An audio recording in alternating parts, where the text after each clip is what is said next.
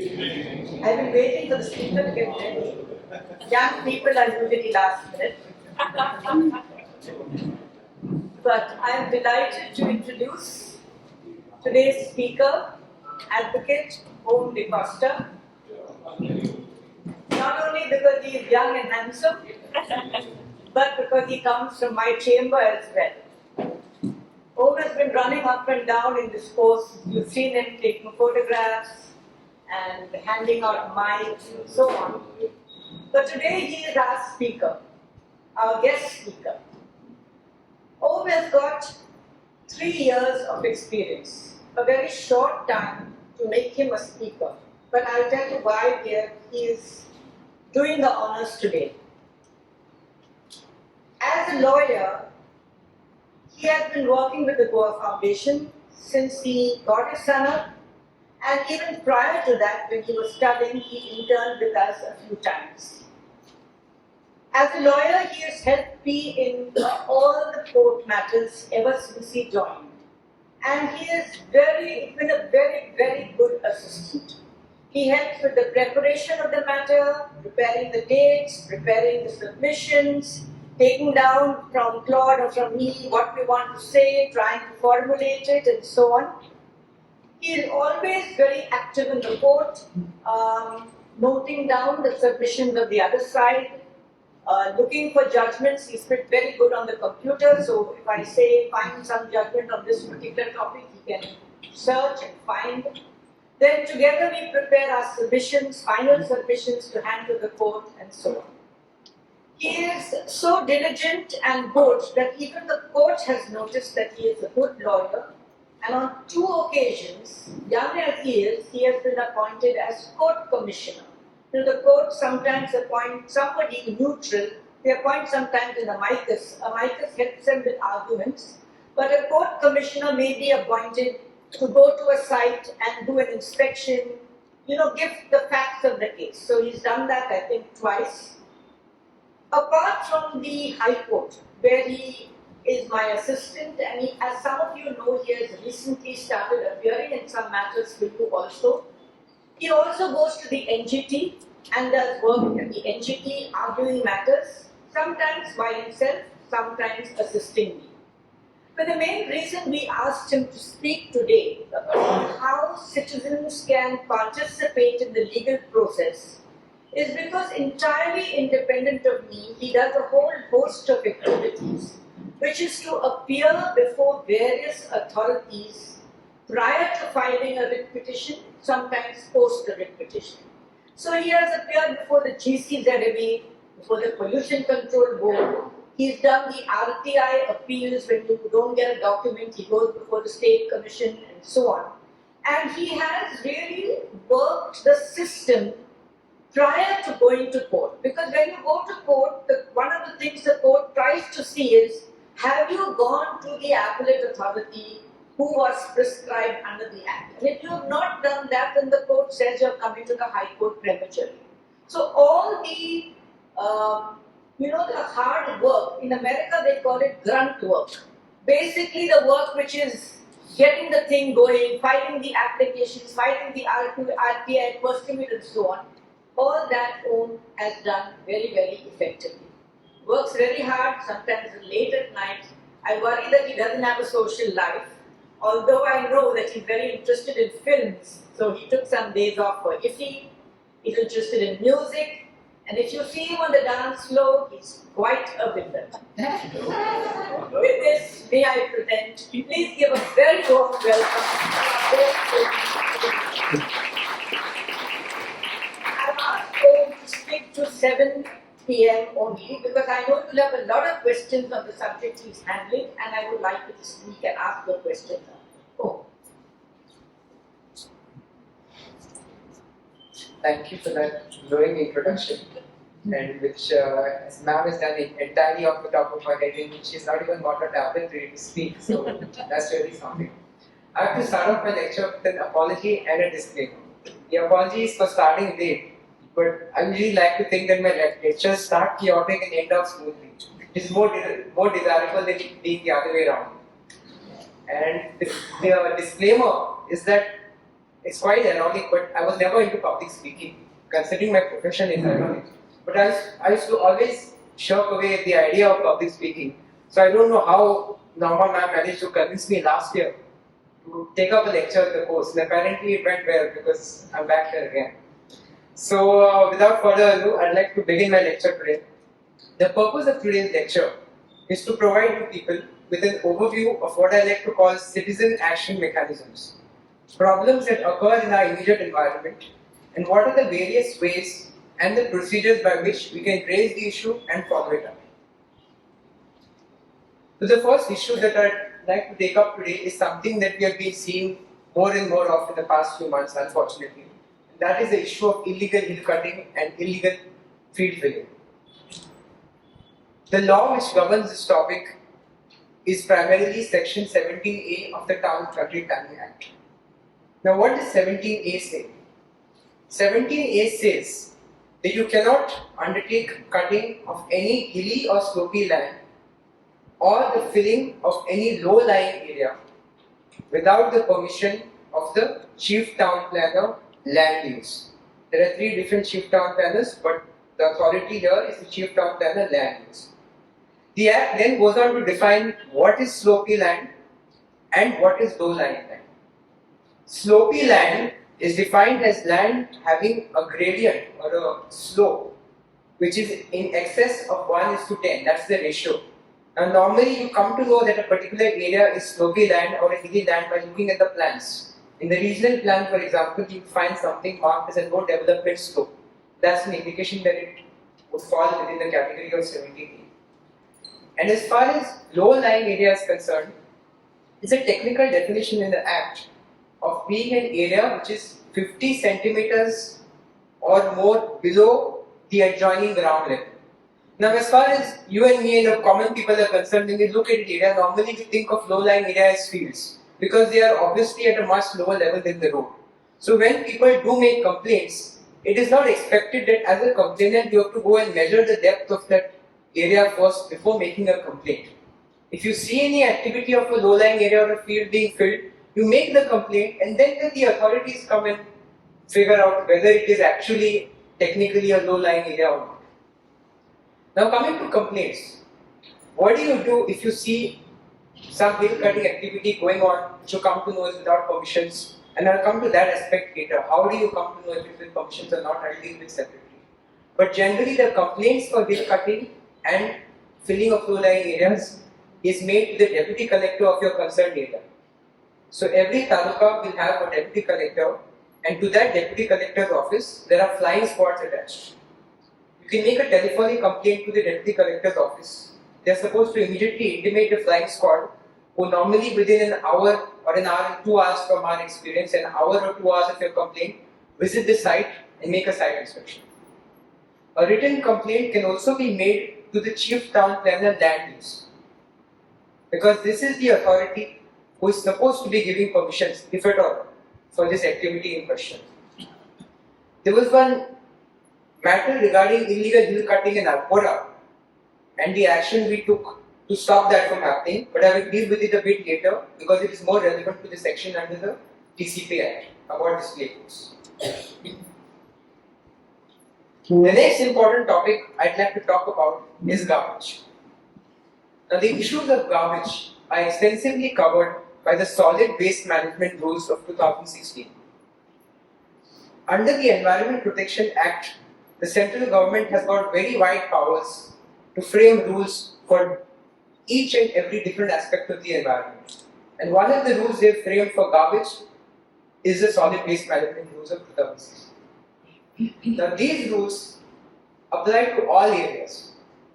When I say all areas, I mean urban areas, your panchayat areas, municipal areas, they apply to all areas equally. And the rules put the responsibility on the local authority of that area, which means could be a panchayat, could be a municipal council, could be a corporation, depending on which area you're in. They put the responsibility on the local authority for handling all of the garbage issues of the area, which means collection of waste, segregation of waste, keeping it ready for further processing, and so on and so forth. Now, as per the Solid Waste Management Rules, every local authority for its particular area has to set up what is called a material recovery facility, or an MRF. Now, in simple terms, an MRF is a facility where non-compostable solid waste is collected and stored. Once it is stored there, it is segregated. They sort it into the different kinds of solid waste that they have got. They sort out recyclables from that waste and they keep it ready for further processing and pickup. Now, normally what happens is every area where the MRF, the garbage is collected, it is thereafter taken to a waste treatment plant. For example, the Saligaon waste management plant, where it is then further processed. But in every panchayat, every area has to have an MRF. Now, what do you do if you come across a case where there is dumping of garbage in an open area, or where there is burning of garbage? The recourse for you in such a situation is to make a complaint to the village panchayat or the municipal council, basically your local authority. And a copy of the complaint can also be marked to the waste management corporation, but this is optional.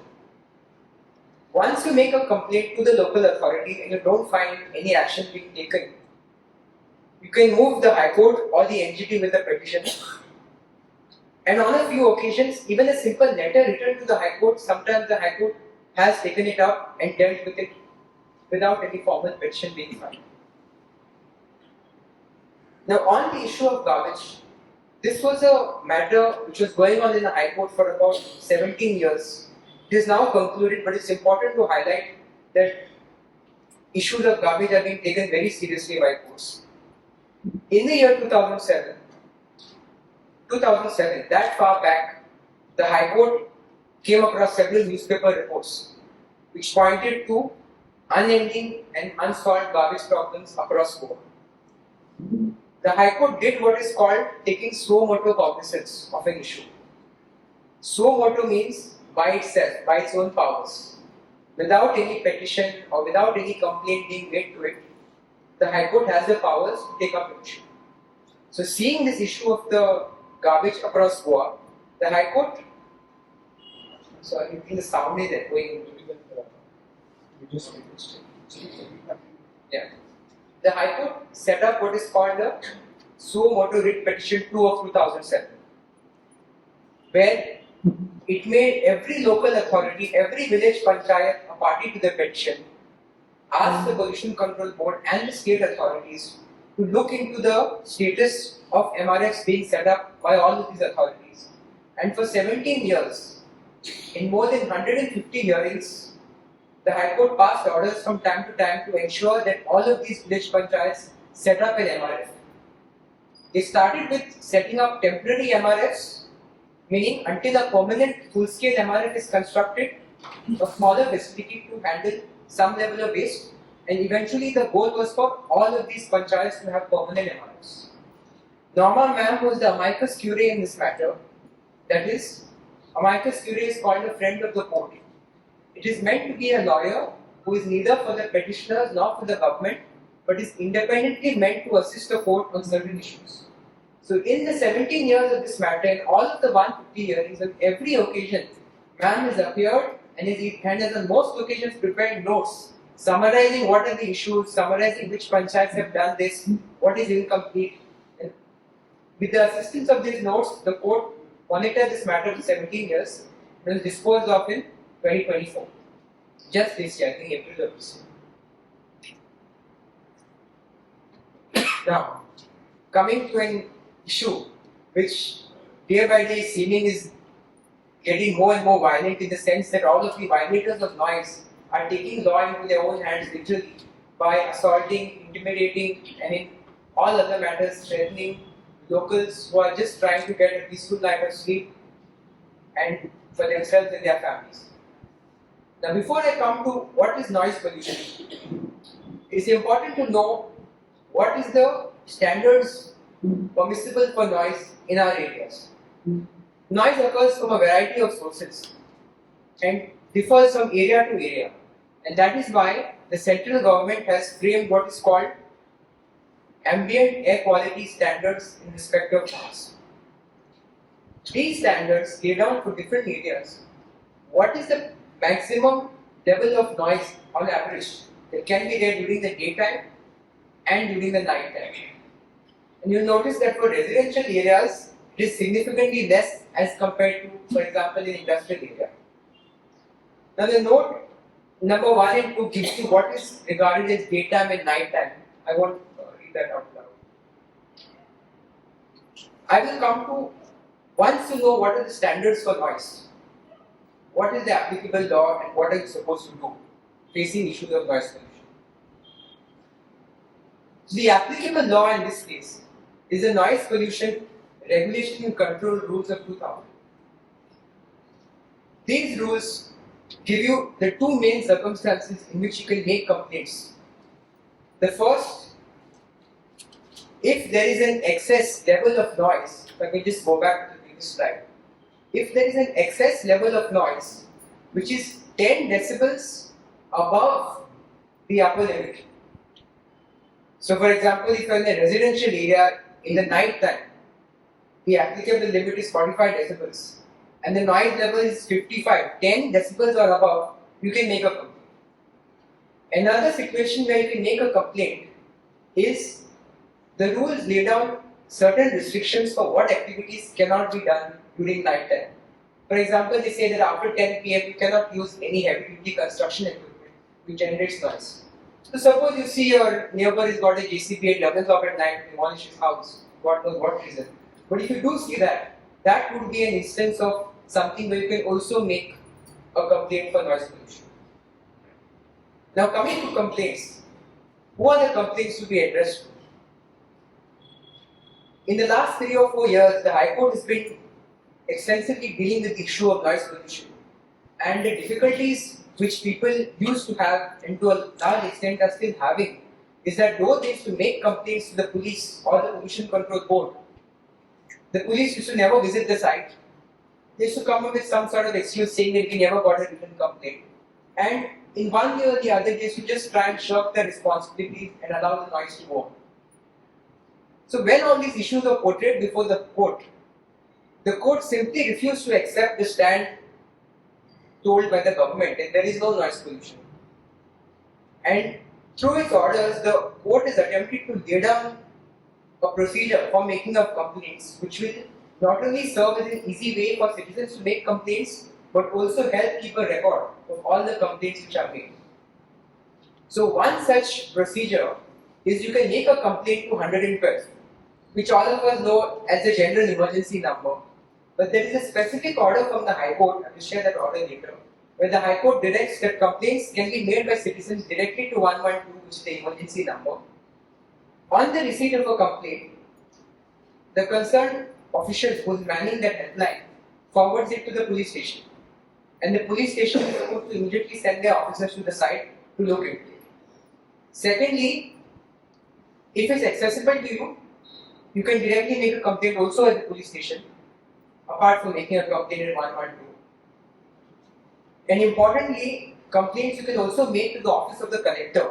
Normally the collector north or the deputy collector, whichever is more accessible for you.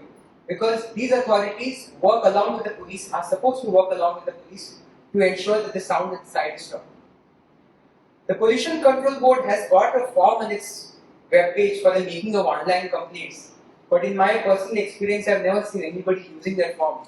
And it seems to be just in the nature of a formality that they have kept it there, but it is there. CRZ. Given that Goa is a coastal state and is known for all of its beaches and its natural beauty, this is an issue which saddens a lot of Goans, that day by day our beaches are being taken over by hundreds of constructions which are coming up, shacks and so on and so forth, which are being permitted by the authorities, and in many cases without permission from any authorities. Now, as per the CRZ notification of 2011, any construction which is coming up in the CRZ area requires a written permission from the GCZMA before it can be put up. The GCZMA has to consider a number of things. They have to consider what sort of area it is, Is it a CRZ1, CRZ2? Is that activity permissible in that area? What safeguards are required if that activity is permitted, and so on and so on. Secondly, even if permissions are granted, it is necessary that the construction has to be exactly in accordance with that permission. And the private party cannot take it upon themselves to make even minor changes without it getting approved by the authority. In both of these cases, that is, if there is a construction coming up without any permission, or if there is a construction coming up in violation of permissions granted by the GCZMA, the grievance redressal process is you make a written complaint to the GCZMA, mention all the relevant details, survey number if you know it, photographs from outside if possible. After you make your complaint, normally within 2 weeks, the GCZMA sends a notice out to the parties and fixes a site inspection. The complainant is also called to the site inspection. The GCZMA visits the site with its expert members. If the construction has a permission, they will verify whether it is being done in accordance with that permission. And then, if the GCZMA finds any violation, they issue a show cause notice to the party, telling them to stop your ongoing construction and you come and explain before us, before the GCZMA, as to why your construction should not be demolished. These proceedings then go on before the GCZMA, and the final decision of the GCZMA can be one of two things. Either the GCZMA agrees with your complaint, says yes, this is an illegal construction, we are directing the party to demolish it, and they issue a demolition order. Or the other alternative is they say, sorry, we have gone through your complaint, we find that this construction is perfectly legal and there is no violation, and they discharge your complaint. So two options are for the GCZMA, demolition or discharge. Now both of these orders, whether they order demolition or whether they discharge your complaint, if you want to challenge either of these, the remedy is to file an appeal to the NGT under section 16 of the NGT Act. The appeal has to be made within 30 days of the order being passed. And normally the order is communicated to the parties by registered post.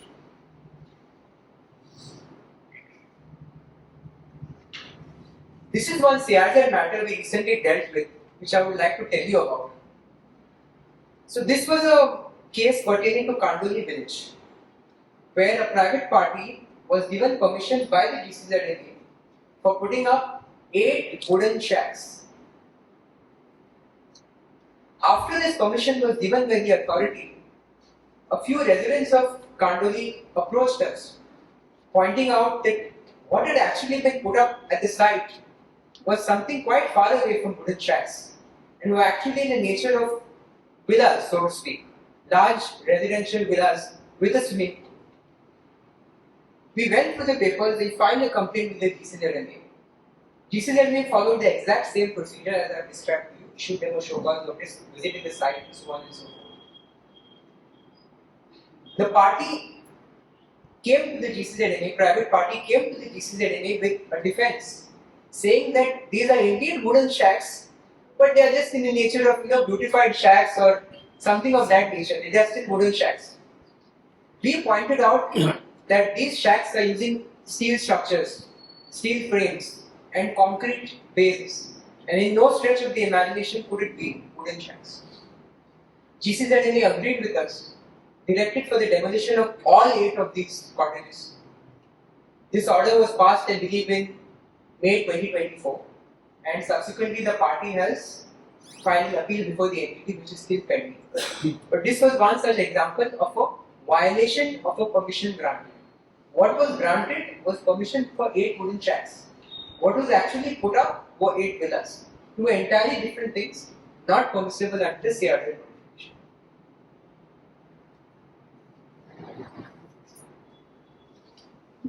This is an issue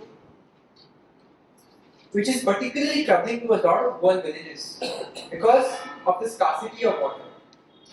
Villages like Sioli, villages like Asagaon, and many more by the day, more and more permissions have been granted by the authorities for large villas which for the purpose of being sold to people from Bombay and from Delhi. And an odd feature in each of these cases is every villa will have a swimming pool. So not only is the groundwater being used for the purpose of these swimming pools, but for the purpose of all of these elite class who come in and who are just looking for a second home at the detriment and to the disadvantage of the locals of the area. So one of the main laws dealing with how groundwater in Goa is used is the Groundwater Regulation Act of 2000. As per this act, the state government has the power to look at different areas of Goa, look at the availability of water, what are the needs of water for that village. All these figures are with the WRD. What is the annual supply of water by the WRD to that village? And after looking at all of these things, the government can declare the area as one of three categories: a scheduled area, an overexploited area, and a water scarcity area. So scheduled area, so the degree of water shortage would be reversed. That is, a scheduled area would have, if it has a certain amount of water, and overexploited would have even lesser, and the last category would have the least amount of water. That is water scarcity. Now, as per this act, no person can sink a well to tap groundwater without the prior permission of the groundwater officer in a scheduled area. Now, this list of scheduled areas and the different areas identified by the government will be available with the WRD. So, if your particular area falls into one of these protected areas, you cannot put up a well without prior permission of the groundwater officer under that act. Secondly, if you wish to draw that water and transport it for commercial purposes, you are required to take permission of that groundwater officer, also again under the act. And lastly, if the groundwater officer finds, for example, that you have been drawing up in excess of what has been permitted to you, then the groundwater officer has got the power to order for a cancellation of your permit. Now, as a citizen, if in your area you see in your vicinity somebody is drawing up large quantities of groundwater, and according to you, you have an impression that they are doing it without permissions, you can make a complaint to the groundwater officer, which falls under the WRD, and you can also make a complaint to the PWD, because normally these are the two departments which work together as far as water resources are concerned.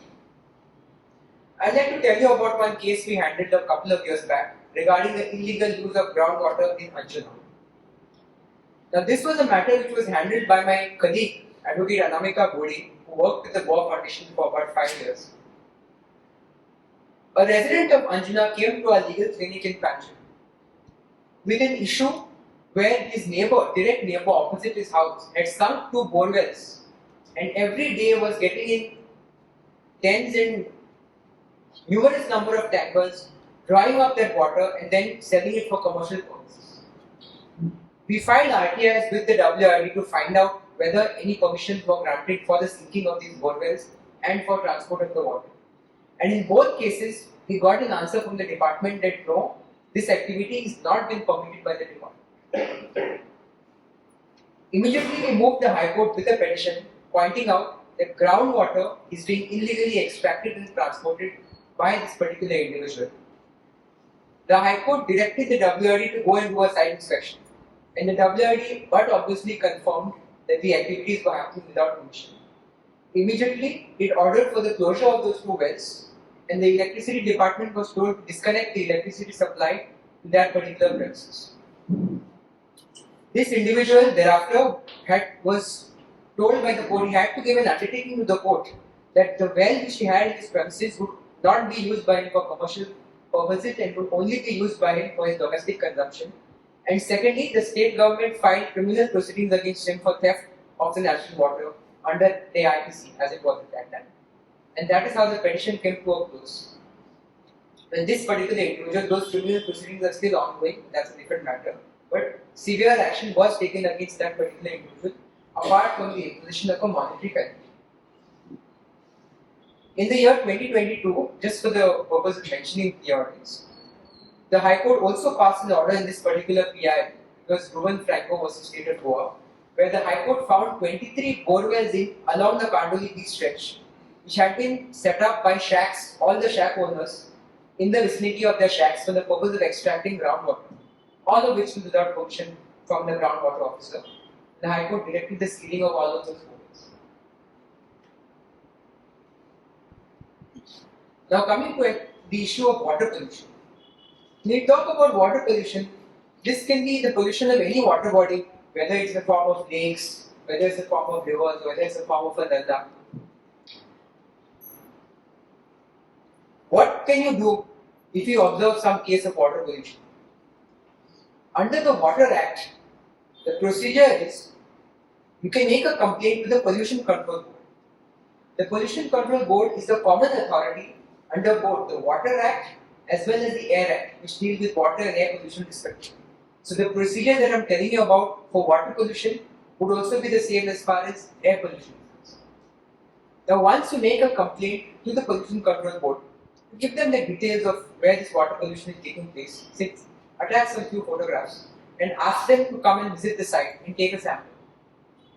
Now this process of taking a sample is a vital part of any water pollution case, and there is a very elaborate procedure for this sample to be taken, a very strict procedure they have to follow.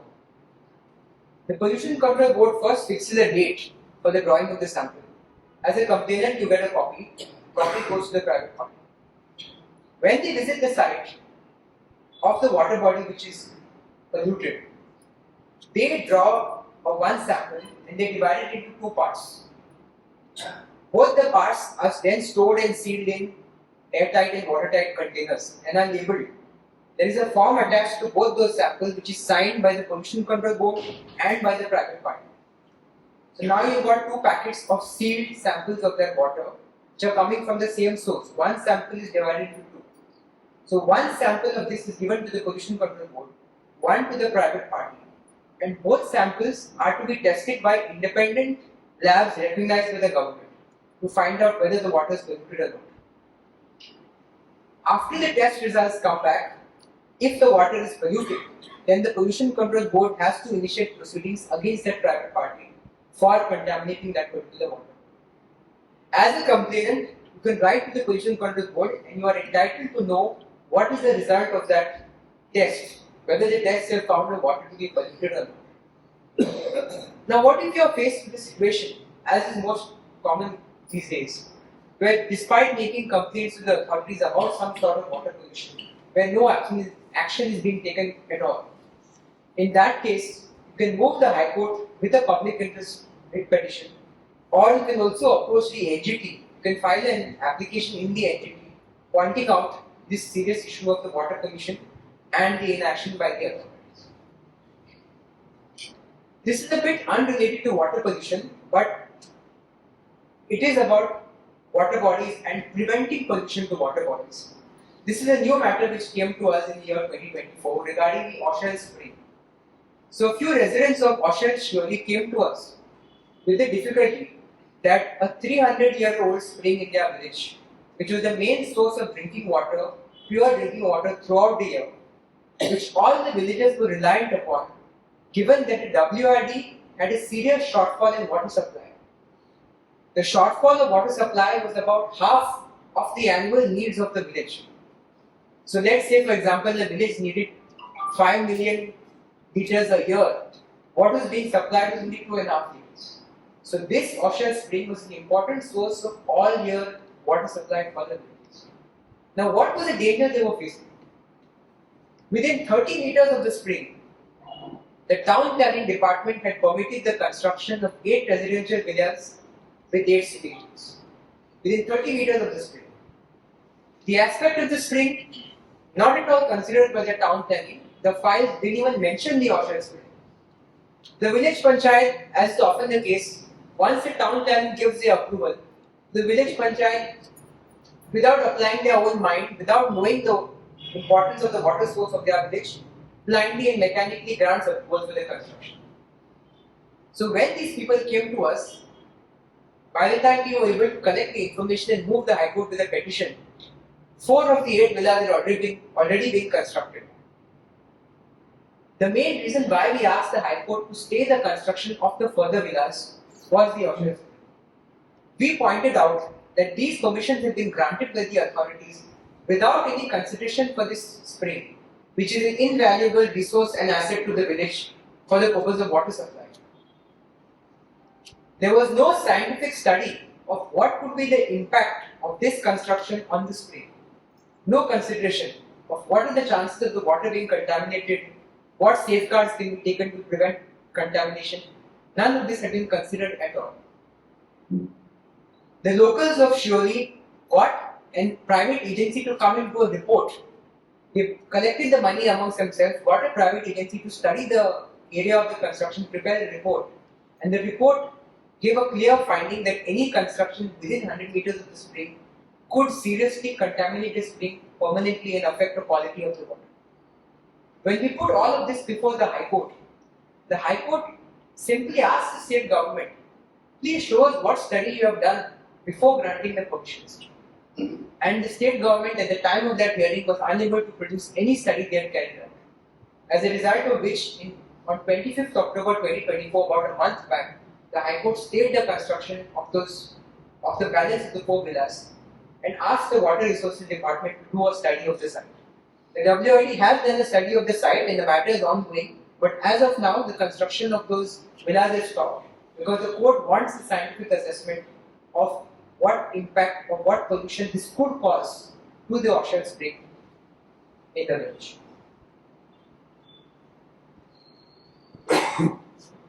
Next area I would like to cover, also an important area in terms of how much it is a mushrooming problem, is the issue of illegal constructions. A lot of times, and this is more common in villages, parties put up structures in a matter of days without permission from any authority. And as a villager, if you come to know about it 5 days later, the structure is already there. And if you try and make some sort of grievance to an authority orally, if you go and tell them about this issue, they will give you a very matter-of-fact answer saying that it's already come up and what harm is it causing you and so on and so forth. Because more often than not, these authorities are quite often in connivance with the developers themselves. So a construction, any construction to be carried out, mandatorily requires the permission of the town planning department, that is technical clearance, or if you fall in the planning area, like Panjim, or Panda, or Margao, so on and so forth, if you fall in the planning area, you need a development permission from the PDA, that is the Planning and Development Authority. Either of these two permissions, depending on where you are situated, is mandatory from the point of view of the Town Planning Act. Now, as a citizen, what is the way for you to quickly come to know if a particular construction has permissions or not? If you see a construction ongoing, it is not reasonable for you to be expected to file an RTI, wait 30 days for the information to come, by which time the structure is already put up, and then if you approach courts, the courts will say, sorry, you have come too late, and sometimes you are told we can't do anything about it now, that you are delayed coming to the court. So to avoid this situation, the Goa Building Regulations of 2010 have a distinct requirement that every construction which is coming up has to have something called a display board outside or at the boundary of where this construction is coming up. This is supposed to be a board of minimum 1 meter by half meter size, can be bigger than that, with a white background and black text listing out all of the permissions that particular construction has. TCP permission, Panchayat permission, conversion sanad, health NOC, all of those permissions have to be listed. Details of the developer who is doing the work have to be listed. So that once you get those particular permissions, you can quickly come to know what it has and what it doesn't have. So this is, for example, I'll just try and zoom in a little bit. This is something what a display board looks like. This was a project which was going on in Bamboli, where one of the matters you were considering. You see at the top, it gives you the name of the project. This is the name of the project now, Vista di Bamboli. And it then gives you one by one what all approvals it has got. The first two approvals are the technical clearances of the TCP. Then is the next two approvals are the village panchayat NOC, which is actually a construction license. Next permission you see is permission under 17A, which means it is a project involving the cutting of a hilly area, as I've explained earlier. And lastly, below that, you will see, conversion channel, which is issued by the additional collector of that area. And at the bottom, it gives you the name of who is doing the work. The developer's name is shown, and the name of the promoter is shown. Not really helpful, but it's shown. So from this, now you know what permissions they have and who is doing the work, which puts you at a good start to make any complaints and do whatever else you have to do if they are missing any of these. Now I'll tell you about a matter which involves both illegal hill cutting as well as a case where there was no display board. This was a matter where there was illegal hill cutting going on inside the property of the Park Regis Hotel in Alpora. He had no access inside the property. Locals had gone to the boundary of the hotel and they had seen that there is hill cutting going on inside. There was no display board at the site. We write a complaint to the panchayat pointing out, giving the survey numbers, that this is where illegal hill cutting is going on. There is no display board and it is presumed that the constructions are illegal. He asked the panchayat, please look into it immediately and take action. Panchayat replies quickly, credit to them. But the nature of the reply is something quite interesting. So what the village panchayat responds, they say that we have received your complaint, but your complaint does not tell us the name of the person doing the actual hill cutting. So the panchayat says, tells the complainant, please identify the name of the person so that we can issue show cause notices. And until then they cannot do anything about it. Once we receive this letter, we immediately decide to approach the High Court. Because this hill cutting is an ongoing activity and there is no possible way for us to figure out who is exactly which contractors on the ground doing the work in this private. When we pointed out this issue to the High Court immediately ordered for a site inspection, ordered the flying squad to visit the site and stop the hill cutting and see what the court records in this order. In a matter of this nature, generally the parties resort to such activities, that is hill cutting, and set up a plea of fait accompli. Now this is a legal term which simply means something which is already done. Once the party has cut the hill and is finished cutting the hill, and then you approach the courts with a complaint saying it is illegally cut. Now the party can be prosecuted under the act and fines can be imposed, but how do you get the hill back? That has already been cut, it has been done. That is what the court means by fait accompli. Restoration of the hills that are cut becomes extremely difficult. If permissions have indeed been obtained, then normally there is a board in the site indicating not only the name of the party but also the details of such permission. For all these reasons, we think that the concerned authorities should immediately rush to the site and stop the activity. And the very same afternoon, the flying squad of the collector's office went to the site and stopped the undoing. This was an order in the month of April 20. After a few months, after the government had filed their reports and confirmed that there was extensive hill cutting, both vertical for the purpose of a road as well as for the purpose of setting up a building, the High Court, a few months down the line, severely criticizing the panchayat for the response they gave us of saying, please tell us who is doing the work, until then we are putting our hands up. So in this paragraph 15, I will just read out. The High Court quotes that relevant portion of the panchayat reply, and the court notes that at least prima facie, this sort of a behavior of a panchayat from a local authority is evading responsibility and possibly even a remiss in discharge of your duties. Since September 2022 or April 2022 when the work is stopped, till date the site has not been restored, the party has not been able to do any work, the panchayat has subsequently withdrawn the construction license and the work has remained at a standstill. And the court had passed a very clear order that until you complete the restoration, town planning, panchayat, nobody can process any of your applications. So as of now, that restoration is still ongoing and their work has been stopped. And I think one of the last areas that I'm covering, last or second last, is the illegal conversion of land. Now this is something which is dealt with by the Land Revenue Code of the state. Now section 30 of the Land Revenue Code has a very simple, it's simple enough to understand, but what it says is land which is used for an agricultural purpose cannot be used for any non-agricultural purpose. This is the first situation. And second situation is land which is used for one particular non-agricultural purpose cannot be converted to a different non-agricultural purpose without the written permission of the collector. Now this written permission of the collector is what is commonly called a conversion sanad. Now whenever an application is being made for a conversion sanad, an important document that the party is to produce to the collector's office is a zoning certificate, which is issued by the TCP or the PDA as a case may be. Now why is this zoning certificate important? It is important because what sort of activity can be done in the land is not up to the party to decide. It is governed and covered by the regional plan. All development in the state of Goa, as per section 16 of the TCP Act, has to conform to the regional plan.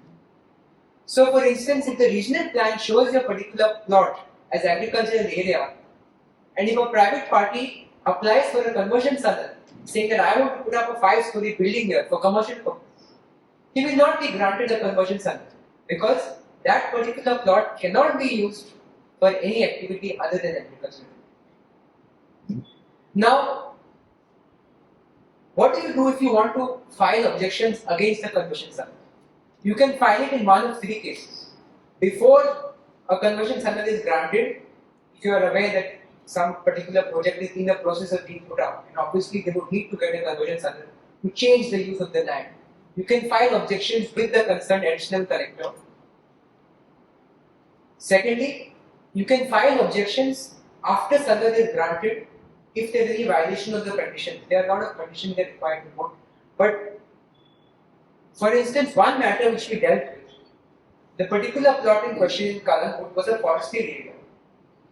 At that time, there was an order of the Supreme Court of 2015 which said that no forested area in Goa meeting a particular criteria of forest can be converted without the leave of the court until this order is modified. The private party makes an application to the collector asking for conversion of that land. He produces a zoning certificate to show that that land is settlement under the RP. So everything seems good on paper. We file our objection before the authority, before the additional collector, pointing out this restriction of the Supreme Court order and that no conversion can be granted. Because of which the proceedings went on for about a year and a half. It was quite unfortunate because the matters were argued by me for about 4 months in the collector chain, so I had to argue it again, so on and so forth. But that conversion sanad could not be granted for almost a year and a half until the Supreme Court modified its order. And only thereafter was the sanad granted. So you can file objections against the grant of sanad or even if sanad has been granted.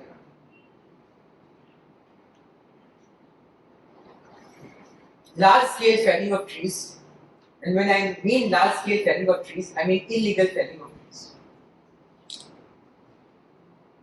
Under the Trees Act, Preservation of Trees Act of Goa, before trees can be cut for any purpose, whether it's private property or if the government wants to cut it for any property, for any other purpose, you are required to take the permission, written permission of the tree officer. There are two tree officers in Goa, one for North Goa, which is based in Ponda, and one for South Goa, which is based in Mangaon. All of the applications for tree felling in North Goa go to the same office in Ponda, and vice versa, all of the applications in South go to that officer of South.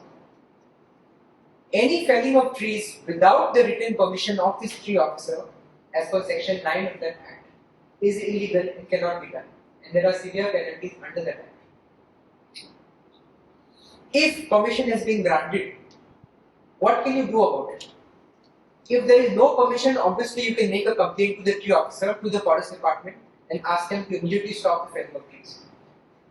However, even if permission is granted, if you have got certain objections as to why the permission should not have been granted, then you can file an appeal The appeal is before the Forest Department in Panjim, what is called a tree authority. That is the appellate authority under the Act. Normally, a deputy conservator of forest, that rank officer, hears the appeals under that Act. The appeal has to be filed within 30 days of the grant of permission by the tree officer. Once we had one matter about a year and a half back about tree felling permission which were granted in Asagam. There were 30 trees being cut in a particular plot of a private party. Permission was granted by the tree officer for the felling of these trees. We challenged it, saying that this particular plot has been identified as a private forest by expert level committees of the state of Goa, and you could not have granted those permissions because it is a private forest. Though the appellate authority stayed the tree felling for about 3 months, ultimately it came to the conclusion that this plot had subsequently been excluded as a private forest and disposed of it. Now, if you want to challenge the order of this appellate authority under the Act, you have to file a writ petition. That is the further remedy which you can take. A matter which we find this year was a matter which was of serious public importance because recently in the month of March 2024, large-scale felling of trees began in the village of Shioli on the stretch of road between Shioli and Aslam. Overnight, or practically just in the middle of the day, large number of workers showed up and began felling huge trees, some even more than 100 years old, mango trees, banyan trees, jackfruit trees, so on and so forth, without permission from authorities. Now, how do you know as a citizen that a particular felling of trees is without permission? One quick way to find out is any tree for which permission has been granted for felling of trees have got a particular mark painted onto the bark of the tree, onto the front of the tree. And this is normally some sort of a serial number because every tree that is permitted to be felled, the private party has to replant, I believe, 3 times the number of trees. So let's say if I am permitted to plant 50 trees, I have to replant 150 trees. So this is a procedure that if you see a marking on the front of a tree, it normally means that permission has been given for that tree. So there was no marking of any nature on all of these trees. Locals had visited the forest department and inquired, they confirmed that no permissions had been given. And this was going on in broad daylight, tree felling.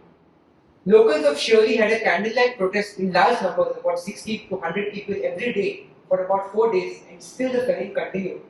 Pursuant to which they approached the High Court in the PIL petition.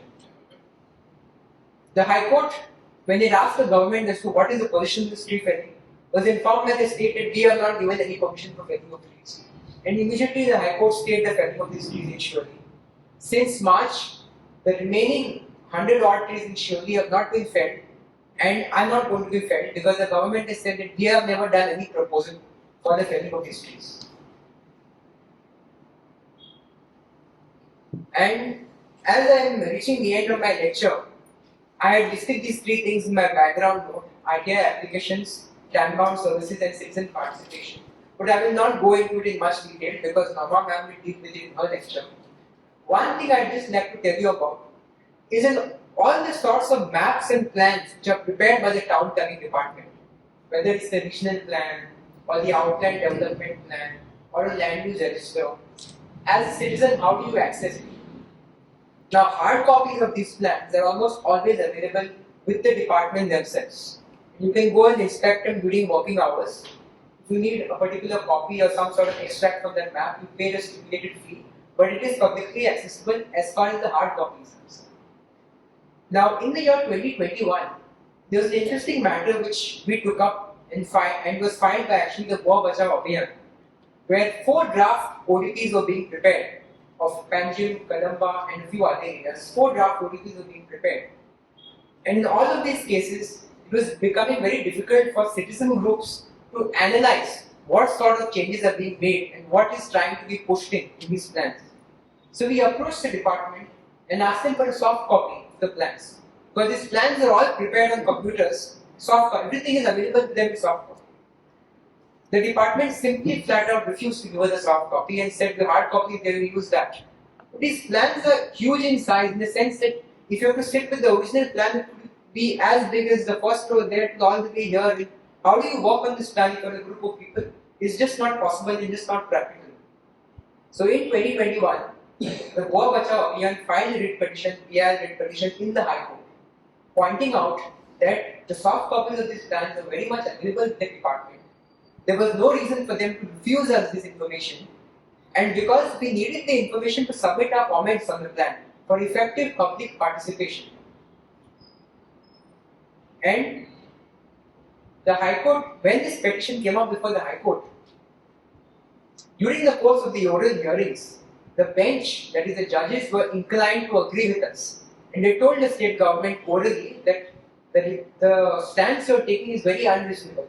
If the hard copies are accessible to the public, what good reason do you have for denying them the soft copies? The government considered this position of the High Court and eventually told the High Court to please don't decide this matter on merits.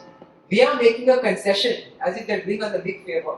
We are making a concession, they say, and we are putting all the soft copies of the ODPs on the website. And since that time in 2021, in para 6 if you see, the High Court directs the PDAs to forward draft ODPs in digital formats so that the town planning department can comply with the statement, meaning can put it up on the website.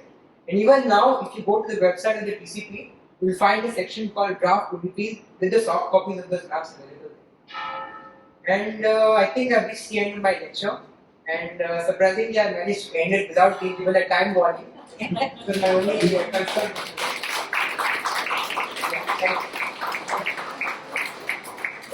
Thank you very much, Yom. I'm really impressed that a minute or so, just as the bell was ringing for the 7 o'clock, he has completed a large number of acts that he has gone through and issues that he has gone through. Now, this is the ideal situation. This is not what happens in reality. And I know you will have many questions and so on what is to be done and how the problems that you face. But we thought that you need to know what is a possible situation and what you do, because sometimes it has worked in the past and sometimes we have got documents. And sometimes when we haven't got like these maps and plans, we have gone to the court and managed to secure an order so that all these are available. So I am opening the house for questions. Put up your hands, those who would like to ask anything, and we will go through all the questions. Yeah. I have 2 or 3 here, but I'd rather open it to the. Thanks very much. That was very educational. My first question is about the garbage. You said that if there's a place where the garbage is collecting and burning, I should approach the panchayat.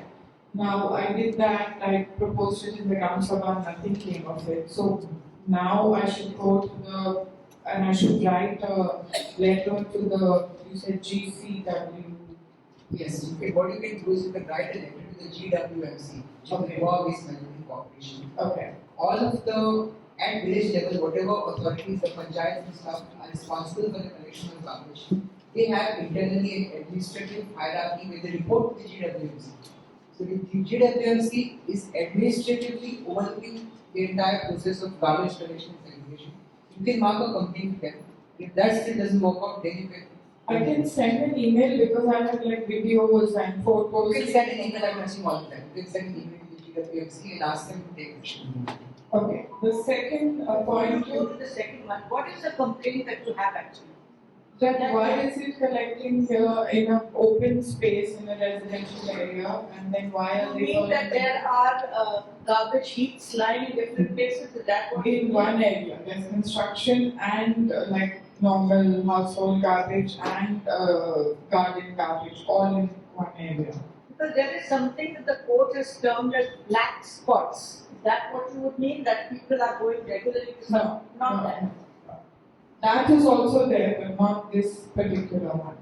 Because see, there is a system which the GWMC has, Goa Waste Management Corporation, that's what it is. The system is that every local authority has to collect the plastic waste, the recyclable waste separately, which the GWMC comes and collects and takes it. And the biodegradable waste, many of the panchayats are taking it to the Saligao area. So if that system is not working, then GWMC can be told that there are heaps of it's collecting, but nobody's taking it away and so on.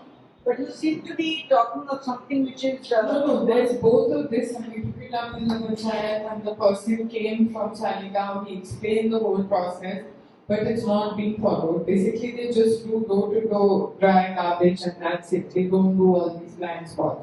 So we've been taking it up, but still nothing is happening, so now we have to escalate it. That's the first point. Are you aware if your area is called an MRF? Because normally all It does. Separate. This is all slowly, which was your favorite example. So that was the first point. The second point you mentioned about water, an area being water scarce, you have 3 levels. So we took this up as well with the panchayat because again, many villas with swimming pools are coming in a very, very small area. So who can do the study? Because we brought it up in many Gram Sabhas, the panchayat, they say yes and then nothing happens. So how can we get this, holding capacity, like this area has so many houses, so many people, what is the water situation? So ideally this study should be done by the government. But under this act, the government is supposed to consider all of these factors and then declare an area as scheduled overexploited or water scarce. So one option is you can make a representation to the WID, which will be the concerned department. If the WID does not take an action within a particular time, or does not even respond to your letter, then, and if as a group of citizens in the village you find that the panchayat is left and right granting permissions, then perhaps that is something which you can take up in quoting a PIL writ petition. From the point of view that some authority, that the water needs of the village, assessment needs of the village, has to be carried out before any more permissions are being granted, and the issue of water shortfall and so on and so forth. Because ultimately, for all the inaction that governments do or don't do when responding to complaints, when the matters come to high courts, they have to take a stance one way or the other.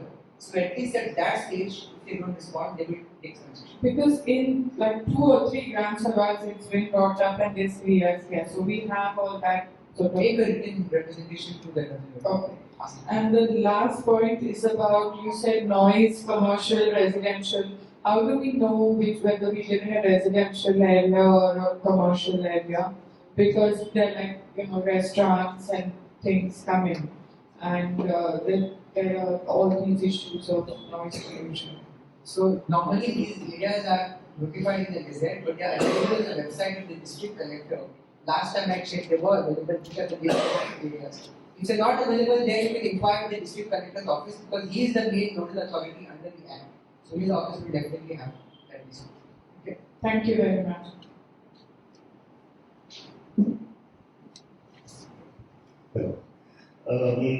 Since you spoke about the topic of sound pollution, a little bit of twist that you might play, I'm not saying 8%, play say sellers coming to town 24 hours a day at 25 decibels for a year or 2. Does that come under noise pollution or the reverse of it, or is it white noise?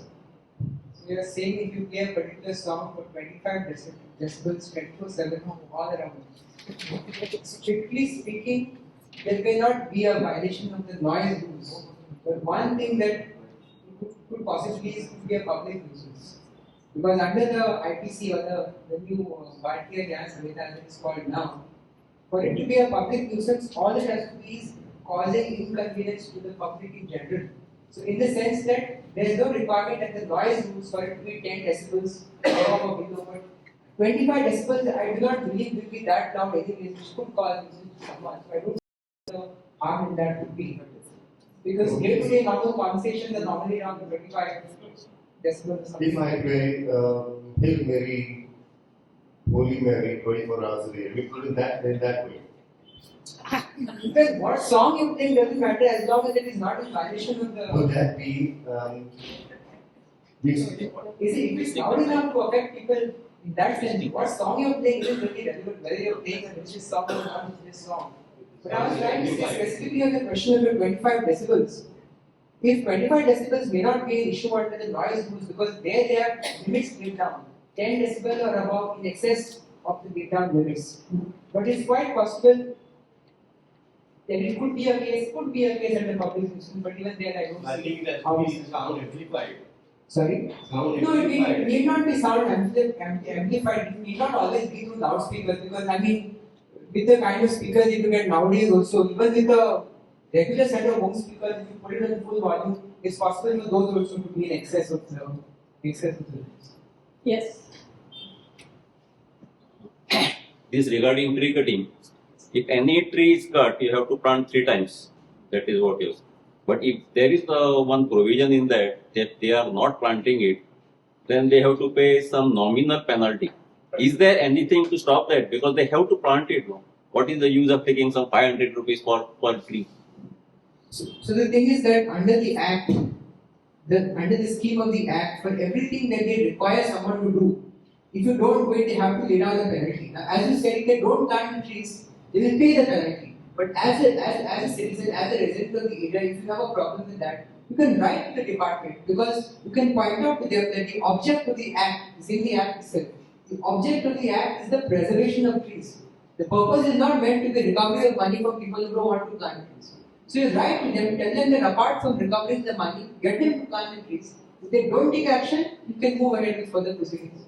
One more thing that in some court order, I don't remember that now, the High Court had actually directed to make tree census, and it was supposed to be completed by December 22, and still it has not been done. Anything has happened in that?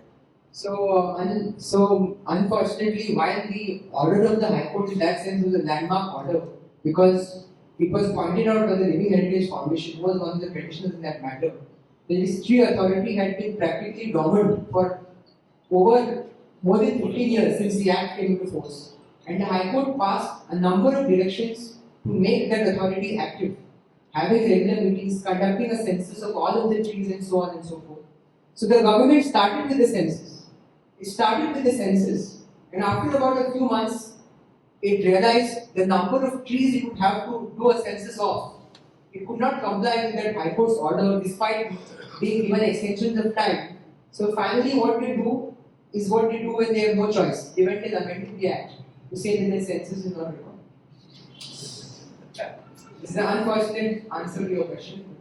That's the answer. You see, in law, what happens is the courts don't legislate. You go to the court saying, this is the law and it is being violated.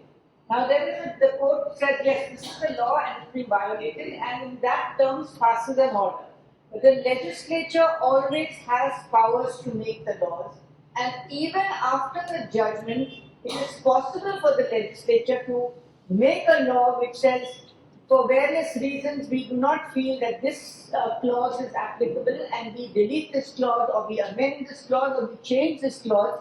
And in one unfortunate case that we had, where we got a demolition right up to Supreme Court of a hotel which was violating the CRZ notifications, the legislature, all the 40 MLAs got together, passed a law with retrospective effect going back to the previous century, and saying that with effect from that date, this clause will not apply, and that hotel was saved. That is the Siddhartha Goa Hotel. We fought it for 25 years or more, I don't know. We won at the High Court, they appealed, we went up to Supreme Court, we got the order for demolition of half of that building because there were some acquisition proceedings and so on, which is too tedious to get into. But this is the separation of powers, and this is how the legislature sometimes cures the defects of the law even after the judgment has come out. Yes, over there, Alex. So this question I think is also for all of us.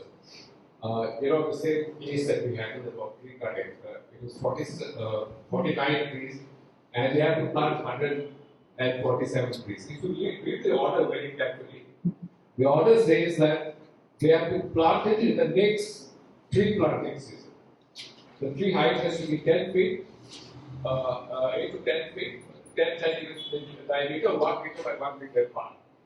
And if you read below the order, it says that the Panchayat and the biodiversity committee has to monitor the replanting. So in this same case, and there are number of last account, trees have been done, no tree planting is done. So I have taken this to the Panchayat. The Panchayat is saying that Forest Department is giving permission, they are not planting it. So I said that's a problem that we have to take to the Forest Department. But I'm saying we as citizens also have to become proactive because the order is very clear. It doesn't just, though it says that we have to pay a deposit, but it says very clear that it has to be planted in the next replanting season. And I think this is important for all of us. And all these orders are there, Forest Department, but you have to search it and get it. If we get together, which is we're trying to do in Asagaon, to see that the trees at least are planted. We lost a case as far as the other things are concerned, but plant the trees. There's no place to plant the trees. But we have to act now. You are right, Alex, and you know this whole flyover which is coming overpass, Elevated corridor. elevated corridor from Mapsa starting, I mean somewhere Porpori, I think, up to the Majestic over there. We came to know just like that they had, how many trees they had said they were felling? 620 trees, and they were required to plant 1,800 and something. So we went to the court. The same petitioners in that COE petition, they only did the survey, which are the trees which are being felled and so on. And we went to the court saying, we are not stopping the corridor, we are not stopping the construction because the construction had already started. But we want to know where it is being planted, when it is being planted, and show us the place where it is being planted. So the government came up with a map where they showed the areas, you know, where they are preparing those all the equipment for making the overbridge. They pointed out certain areas and they said these are the areas. Okay. Those areas did not look like they could take 1,800 trees. Then we pointed out that before granting that permission for felling trees, the DCF, the Deputy Conservator of Forest, had to have made an assessment of the trees. How many are very old? How many are, you know, what you call heritage trees and so on. So we asked for the report. Till today they have not brought the report. They are seeking time here and there. But they have assured that they are going to plant the trees. And I hope that the citizens will take into account, because this matter is now in the court, that you have got to plant this 1,800 trees and you cannot show us 3 small plots and say you are going to plant these there. And by way of a precaution and advanced planning, there is some sort of a highway in Ponda which is being constructed. So we have highway. And we have contacted people over there and said, the moment the project is approved and before they started, they are already asking over there, let us go to the Forest Department, find out what is the survey they have done, what are the trees they have decided to cut, and where they are going to plant it. The most important thing is where you are going to plant it. So certain things we have got to take proactive. In the case of the Porvani thing, we did our own survey. We got somebody to help us with which are the trees and which are what is the age of the trees and so on. And we succeeded in stopping the felling of about 18, I think, large trees which we said that you will have to replant. Replanting is very costly, very tedious, very expensive, and does not work. But that is the only way to slow down this mass scale 600 trees just felled. I mean, they were huge big trees, and look how they look now. They've just chopped them off and there's no shade. Second thing is, we've asked that the replantation, because this is what the National Tree Authority has said, the replanting must be done in the same area. And the court also said that trees provide shade. They provide several services. So don't tell us you're removing all the trees here and you're planting it there. Because this is the place where the trees were. They are here. They are providing services. So if you cannot plant in the exact same spot, okay, a little forward, a little behind. But I think as citizens, we have to start getting proactive and not just doing it after the problem starts. Because We couldn't stop the highways, maybe that is difficult, but at least we can slow down the approvals which are granted for this if they know citizens are asking where are you going to plant the trees, what kind of trees are you going to cut, why are you cutting this tree, can you not take it sideways? The documents are there, central government notifications, so on, that please avoid, but nobody follows them. That's it. If I could just add one thing, thanks to Alex for reminding me, because I was talking about tree felling permission, how do you come to know? The Forest Department website, if you go on their website, they have a specific section for tree felling permissions granted by the authorities for North Goa and South Goa. And at least from now till up to 2 years ago, they have been uploading all of the permissions regularly. The only difficulty is that there is no sort of categorization. It's not categorized area-wise in any manner. All the files is uploaded there. So you have to check each one and look at the survey number and figure out whether it's your particular one. So that's one easy way to keep track of it, other than looking at the marks.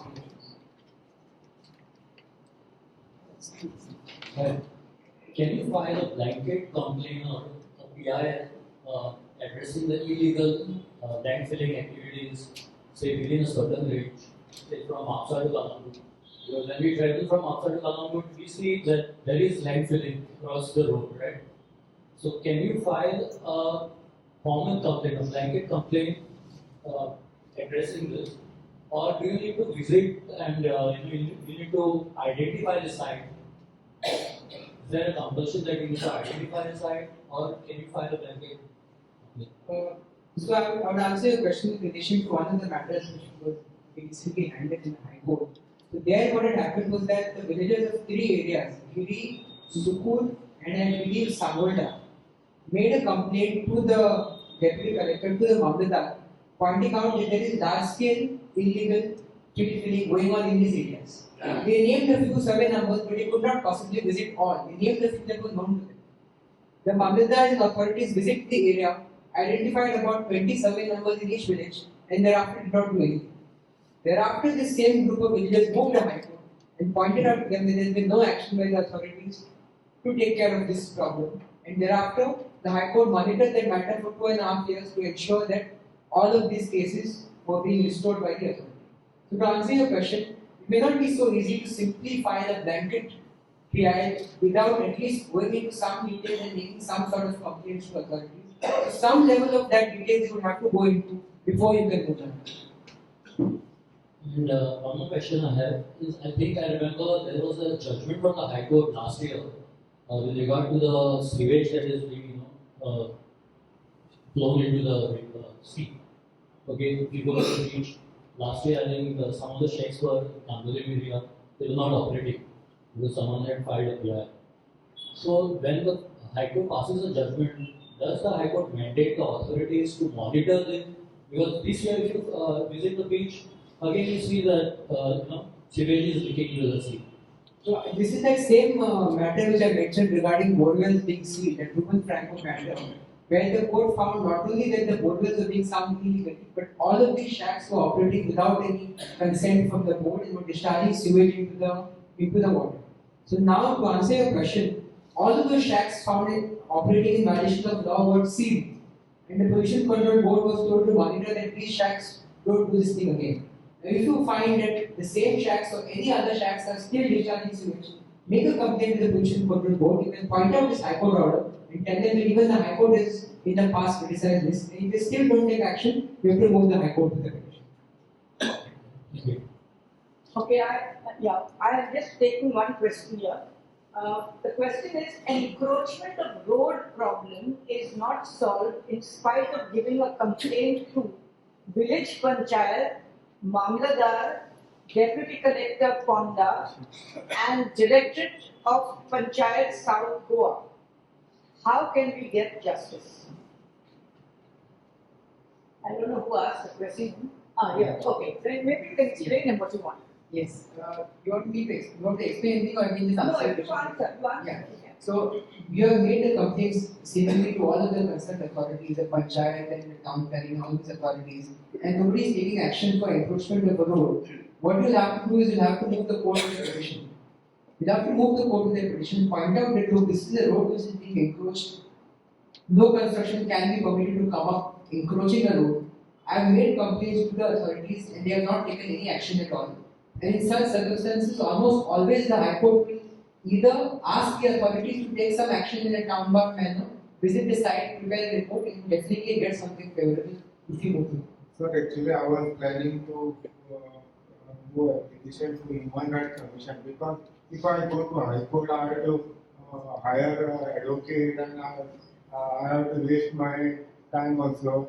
If I move this application regarding no action is taken by this government authority, whether the Human Rights Commission will take action.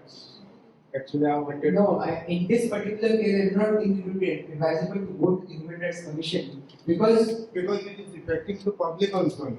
it is affecting the public, but you have to understand one thing that if it comes to effectively solving your problem, if you want the problem solved, as a general rule, approaching the Human Rights Commission as one inherent flaw is that the Human Rights Commission, by the act by which it is created, has got no binding powers. They have powers only to make recommendations.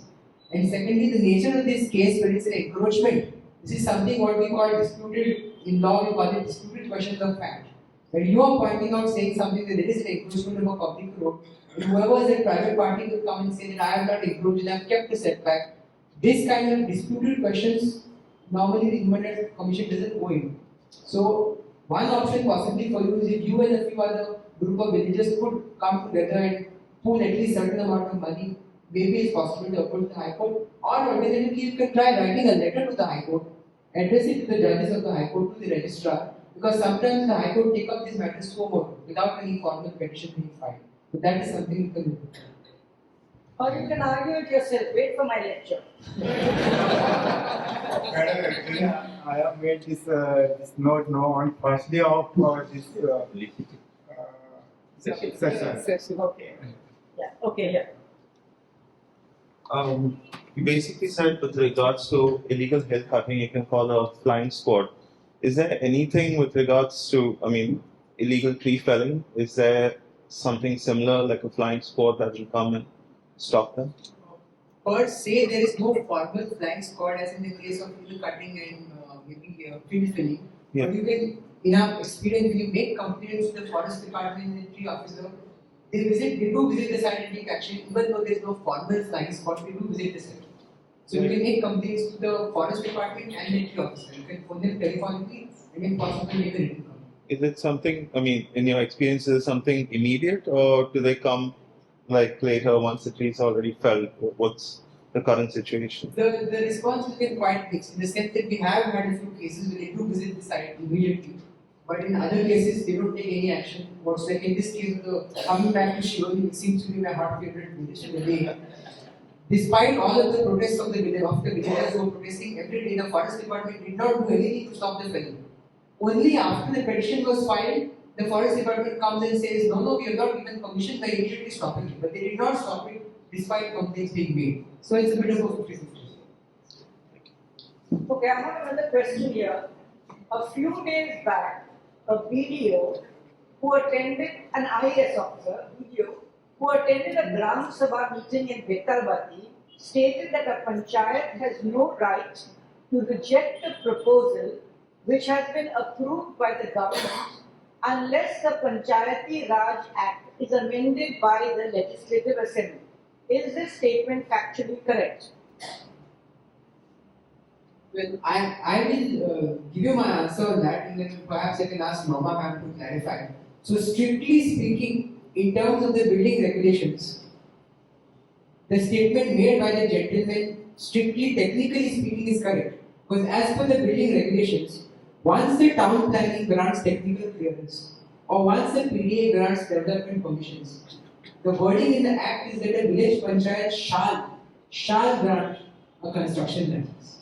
It does not give any discretion in terms of the act to refuse the grant of a permission. Now, this being said, there have been numerous cases which have gone before the High Court where the public interest petitioners have pointed out that the village panchayat whose responsibility is the maintenance and order of the village and the environment of this village. The village panchayat has some discretion to say that in this particular case, we want to refuse to grant a construction license, and the High Court in one matter had actually taken that opinion that a village panchayat cannot give permissions mechanically and has to consider all factors. But unfortunately, that High Court order came to be set aside in the matter and to be heard afresh. So strictly speaking, the statement of the officer is correct, but as petitioners, we have always been trying to impress upon the courts that a village panchayat is not meant to be a rubber stamp authority. It's responsible for its own village and has to take a call on what is good and what is appropriate for his village and his character. There is also the possibility of looking at the technical clearance order itself. Because the technical clearance basically is in terms of planning. That means what is the area, what is the BP status, all this, whether the building is structurally okay, whether it will collapse or not. But in one of the clauses, they give that the village panchayat is responsible to ensure that the road width is correct. They have told us this is the road width. Village panchayat. The village panchayat can also look at the water needs of the village. Now, in these circumstances, the village panchayat can take a call, can do its own site inspection and say that because the road width is not as is said, because the road width is not a proposed road, the road width is as on site. So, if the village panchayat inspects the road width and finds that it is not 6 meters but it is only 4.5 meters, and it says that in our village there is shortage of water, therefore we cannot approve a project which has got 12 villas and 12 swimming pools. The village panchayat is within, according to me, within its powers to say we are rejecting for these reasons. And I have told the panchayat where we are, that is the Para panchayat, I said you refuse something on these grounds and you call me to argue your case when the private party goes. Because the private party will have to go. The town planning is not going to approve it. The private party is going to say, I have got technical approval and I am not getting construction license. So I think we have to take this up. It's all very well to blame the panchayats for or to cast the responsibility on them to look after the village, and at the same time to say you are forced and mandated to carry out this kind of to grant the construction license. One more thing we have done in our village is we have drafted our own village policy where we have said we have sent it to the going to send it rather to the town planning, which says that please note because of water shortage and so on, in our village we are not going to approve a swimming pool for every construction because we do not have water in our village. So please take note that you do not grant such technical clearance because we are telling you in advance that we will not be granting construction licenses for such things. And one or two things more we said. Because I said if we tell the town planning in advance and then the panchayat refuses it, then we've already informed them and we are carrying out what we want. But again, it all has to be tested in a court of law because that particular clause is there that once technical clearance is given, so the panchayat can't simply say, we are not giving permission. I remember the Nylon 66 case, the famous case 20-25 years ago, where every authority had granted permission. Every authority had granted permission for that plant to come up on the Keri plateau. But the people were opposed to it. And the first resolution the panchayat passed was, we do not want to give construction permission because the people are opposed to it. I turned it down and said you can't refuse to give a permission because people don't want it. Then the panchayat passed a second resolution which we had to draft and we gave all the ecological reasons and so on and so forth. Because instead of starting permissions at the ground level, see what is the ground reality, they got central government, director of industries, all the other permissions, and last they came for the construction license and the panchayat refused it and High Court upheld it. So there are ways in which you prepare the ground for refusal of permissions. In our panchayat, the panchayat is taking an affidavit from the party saying, I will not take water from the public water. So they're saying they're making their own arrangements. How can we reject their proposal?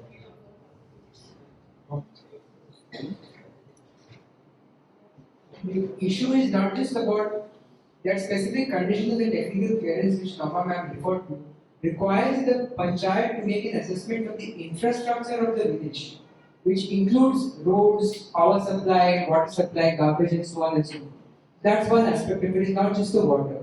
And secondly, the water supply that the private party claims that they are getting, ultimately the water supply it's not a, how do I say, it's not a, it's a finite resource. Tomorrow if that private party or whatever it is unable to get tankers, these residents will come and say water is a right to life, and they'll take water from the village itself. No, it's regarding the swimming pools. Our objection was to the swimming pool. So the panchayat has gone and taken affidavit from them saying we will not take from the public, we'll make our own arrangements. So what do we do now? Same thing. We have the same thing. They Everywhere. we are not taking. We will bring tankers. We said where the tankers coming from. Is of no consequence where you get them from. So I think we have to work around these issues to find out how. See, there is a certain shortage of water which is there in the area. The party says they are going to get the water from elsewhere. But where are you going to get it from? Eventually, it is from some place in the area itself. Therefore, another way would be to ask the party which is the village, which is the areas you are getting them from. We don't know the name of the water carrier. We want to know the name of the area so that we can check over there whether they are willing to give the water to this area. We have to work in a certain sense behind the scenes and around the block to see how we are going to get water, because that is the main source of wastage of a reality and a facility which is there in the village. And then I think the water suppliers also, they have to register with the WRD. Yes. And they have to have meters. So they cannot draw. The problem is nobody monitors those So waters. they are supposed to pay the fees also. We all have a gap. To what extent the department is monitoring it? Okay, I got the last question here. Can a site survey cum demarcation of ISLR be done prior to hearings in the Court of Inspectorate of Survey and Land Records? What if the survey cum demarcation is carried out without clearing all the objections? When you say prior to hearings, what sort of a hearing are you referring to? Is it a complaint matter or is it a general matter? In any case, because if it's a general matter where a party has applied for demarcation of a particular plot, there are multiple surveys at different stages, because they refers to the initial survey that they find out who are the other occupants, whether they are innocent there, so on and so forth. So there may be more than one survey involved. But when you are saying prior to hearings, I would need to know what sort of hearings it is and how it may not be able to raise. Otherwise, it can be set aside. If the objections are not clear and there are still contested Then issues. it can definitely be challenged. Set aside. Okay. You have exhausted all your questions? Not yet. One more. Or let me see anybody else. Should I know? Yes, let's give her a chance.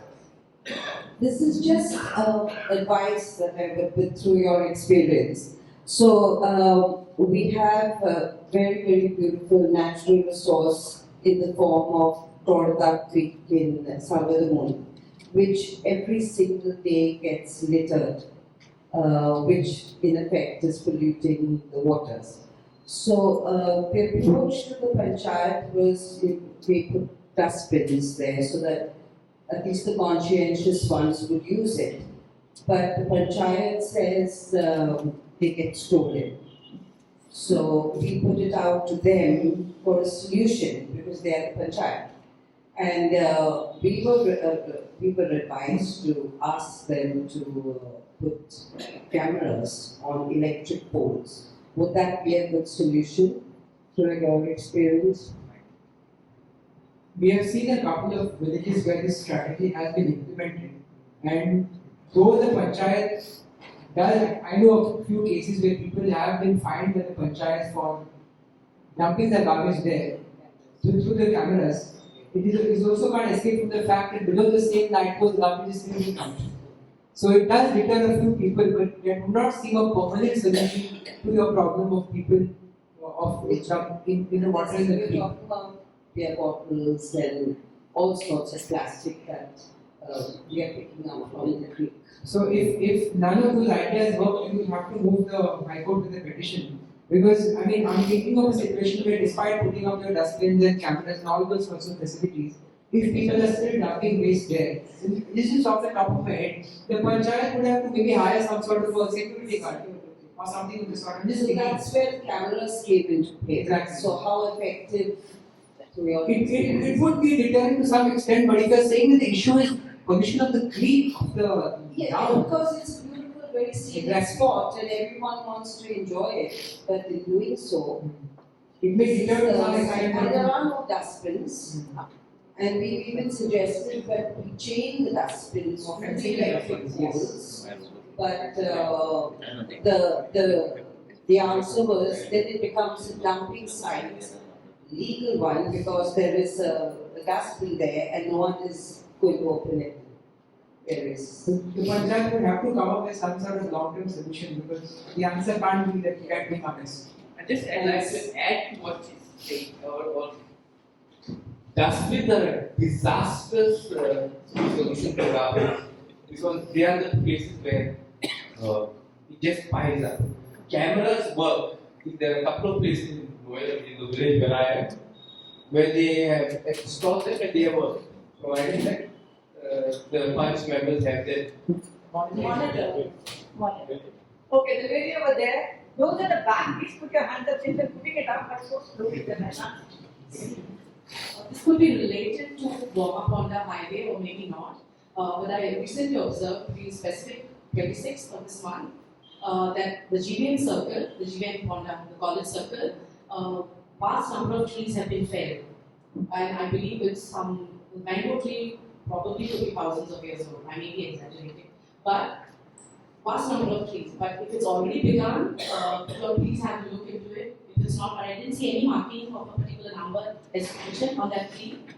And I've been seeing that tree for the past 4 months. I've been visiting that college. And just to go between the 11th and the 26th, and I see that tree fully, the canopy chopped off. And proceeding towards, the bus stand, the Honda bus stand, in that direction as well, the trees have been felled. So if it is already begun, it's my request. We have an activist over there, I don't know, because it's up to them to take it up. But if you send a photograph just for this particular case, send it to home, we'll forward it to the person.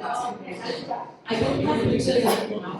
Oh, but I'll be visiting soon in another 2-3 days. Or at least describe the area, the location. GVM circle. Yeah, between PS College and GVM College. So just this information, just put it in. Yes, I will share it across to that activist who asked me.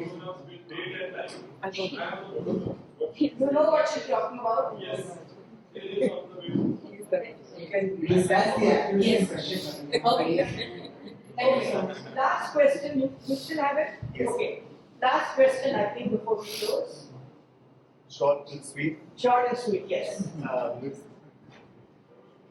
The photograph will show about a tree. Okay. So the question is on that. Tree cutting, tree felling, and you cut a tree in half. What does that fall under? Tree cutting, and tree felling, and If I phrase a tree and cut it in half, does that come under tree cutting, tree felling? Tree cutting and tree felling use interchangeably, it's the same thing. What does this come under? It could be whatever you want to call it. I mean, as per the act, we use the term felling of trees. We call it tree cutting because that's in common parlance, that's what is more common. But it's one thing same. Whether pruning, Pruning is not fair. Oh, the pruning is not felling of trees. But he talked about cutting a tree in half, that's not pruning. Those two words, I'm just trying to figure out where does this activity fit in? If there's a tree and take off part of the tree. Yeah. So in terms of the act, it would be tree felling. But in common usage, when people say illegal tree cutting, illegal tree felling is one and the same thing. If you cut a tree in half, whether you call it tree felling or tree cutting is still illegal, without permission. If it's alive.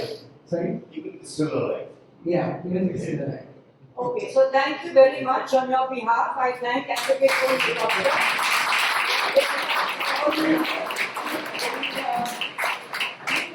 from us.